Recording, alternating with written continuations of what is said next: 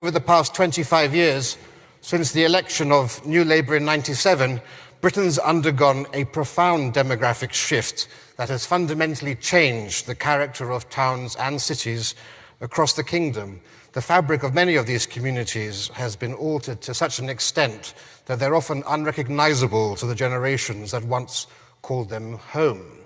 From the old mill towns of the north to the heart of our capital city, this demographic change has created parallel societies of segregated populations whose daily lives pass with little or no interaction with wider society.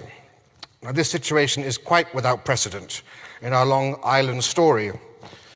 We've had more immigration to this country in the last 25 years than in the last 2,000 years combined. So whenever people tell you Britain's always been a nation of immigrants, no. Under the Romans, there were 3% of the country was born abroad. Under the Normans and the Vikings, it was about 5%. But then for the next 1,000 years, it was around 0.5. In 1851, it was 0.5%. Then it was 1.5. In 1951, it was 4%. 2001, 8%. Then it's gone up to 14, 15%. Who knows what the latest census is going to say, which should be out this month or next month. And you're going to see a great shock there, because no society can sustain such rapid change.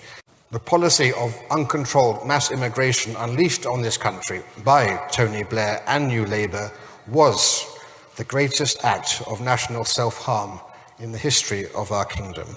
It was a cavalier, back-of-the-envelope policy whose devastating long-term consequences had not been given the slightest serious consideration. And I can't think of a more reckless or a more dangerous decision.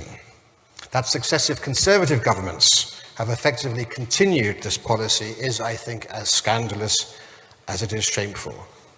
And it may be that the best course of action is for a new patriotic party / lobby group to be founded, not with any serious intention of getting elected to Parliament, but to hold the Conservatives' feet to the fire and threaten their chances of securing a majority in the future.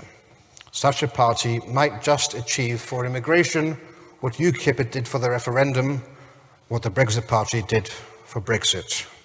So have faith in Britain. If the public and political will are there, solutions can be found. Thank you.